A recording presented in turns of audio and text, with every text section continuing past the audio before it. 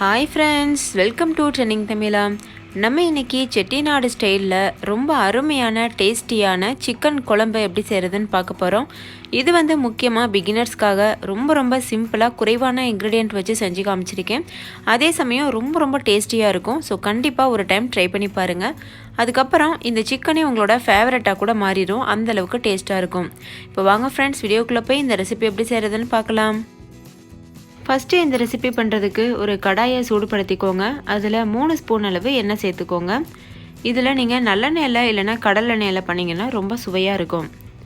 எண்ணெய் நல்லா சூடானதும் 3 கிராம்பு, ஒரு நட்சத்திர சோம்பு, ஒரு பட்டை, இது எல்லாத்தையும் சேர்த்து நல்லா பொரிய விடுங்க.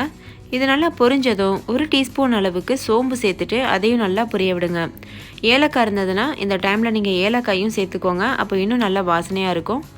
ஒரு கொத்து கருவேப்பிலையும் போட்டு நல்லா பொரிய விட்டுட்டு இதில் சின்ன வெங்காயம் 150 கிராம் சின்னதாக நறுக்கி வச்சுருக்கேன், அதையும் சேர்த்துருக்கேன்.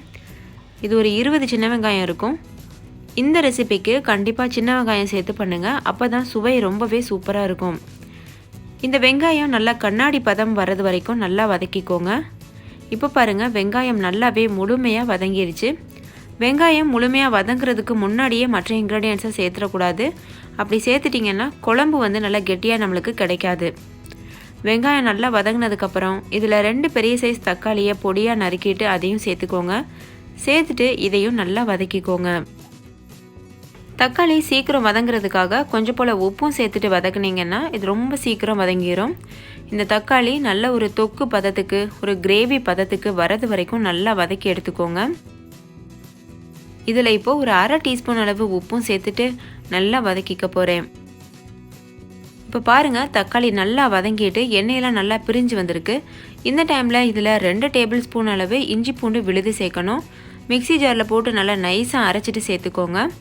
கொஞ்சம் கூட கப்பி இருக்கக்கூடாது. இஞ்சி பூண்டு விழுதில் நல்லா நைஸாக அரைச்சிட்டு இது போல் சேர்த்துட்டு இதோட பச்சை வாசனை போகிறது வரைக்கும் நல்லா வதக்கிக்கோங்க. மீடியம் ஃப்ளேம்லேயே வச்சு வேக வைக்கணும், இல்லைன்னா அடி பிடிக்க ஆரம்பிச்சிடும். இப்போது இஞ்சி பூண்டு விழுதோட பச்சை வாசனைலாம் போயிடுச்சு, எண்ணெய் நல்லா பிரிஞ்சு வந்திருக்கு. இந்த டைமில் இதில் நம்ம மசாலா பொருட்கள் எல்லாம் சேர்க்கணும். 1/4 டீஸ்பூன் மஞ்சள் தூள், 1/2 டீஸ்பூன் கரம் மசாலா, 2 டீஸ்பூன் மல்லித்தூள், 1 டீஸ்பூன் காஷ்மீரி மிளகாய் தூள், இதெல்லாம் சேர்த்துட்டு நல்லா வதக்கிக்கோங்க. காஷ்மீரி மிளகாய்த்தூள் சேர்க்குறதுனால காரம் குறைவாக இருக்கும், ஆனால் நல்ல கலர் கொடுக்கும். உங்களுக்கு காரம் அதிகம் வேணும்னா நீங்கள் நார்மலான மிளகாய்த்தூள் கூட சேர்த்துக்கிறலாம். இது நல்லா வதக்கினதுக்கப்புறமா இதில் 1/2 கிலோ அளவு சிக்கன் சேர்த்துக்கோங்க. நான் சிக்கனில் ஒரு 1/2 மணி நேரத்துக்கு முன்னாடியே 2 ஸ்பூன் தயிர், கொஞ்சம் மஞ்சத்தூள், கொஞ்சம் உப்பு இதெல்லாம் சேர்த்து நல்லா ஊற வச்சுருந்தேன். தயிர் சேர்த்து ஊற வைக்கிறதுனால இந்த சிக்கன் நல்லா சீக்கிரமாக குக் ஆகும், அதே சமயம் நல்லா சாஃப்டாகவும் இருக்கும். ஸோ கண்டிப்பாக தயிர் சேர்த்து ஒரு 1/2 மணி நேரம் ஊற வச்சுக்கோங்க. கூடவே மஞ்சத்தூளும் உப்பும் சேர்த்து ஊற வைக்கிறதுனால சிக்கனில் இருக்கக்கூடிய வாசனை போயிடும். அதாவது ஒரு மாதிரி கவுச்சி வாசம் இருக்கும்ல, அது போயிடும். அதனால தான் நம்ம இந்த மாதிரி ஊற வச்சு சேர்க்குறோம். இந்த டைமில் தேவையான அளவு தண்ணியும் சேர்த்துட்டு நல்லா இது போல் மிக்ஸ் பண்ணிக்கோங்க.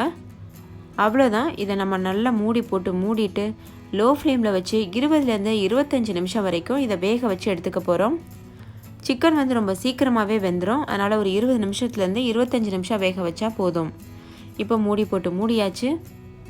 இப்போ 20 நிமிஷம் ஆயிடுச்சு. சிக்கன் சூப்பராக வெந்திருக்கு. நல்லா அந்த எண்ணெயெல்லாம் பிரிஞ்சு வந்திருக்கு பார்த்தீங்கல்ல.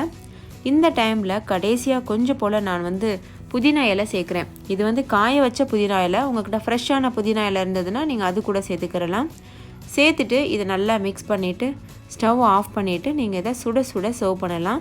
இந்த ரெசிபி சப்பாத்தி, அதுக்கப்புறம் இட்லி, தோசை, சாதம் இது எல்லாத்துக்குமே நல்ல ஒரு அட்டகாசமான காம்பினேஷனாக இருக்கும். ஸோ கண்டிப்பாக ட்ரை பண்ணி பாருங்கள். ட்ரை பண்ணிவிட்டு உங்கள் எக்ஸ்பீரியன்ஸ் எப்படி இருந்ததுன்னு கமெண்ட்லேயும் கூட ஷேர் பண்ண மறந்துடாதீங்க. இந்த வீடியோ உங்கள் எல்லாருக்கும் ரொம்ப பிடிச்சிருக்கும்னு நம்புகிறேன். பிடிச்சிருந்தா லைக் பண்ணுங்கள், உங்கள் ஃப்ரெண்ட்ஸ் கூட நிறைய ஷேர் பண்ணுங்கள். தேங்க்யூ, பாய்.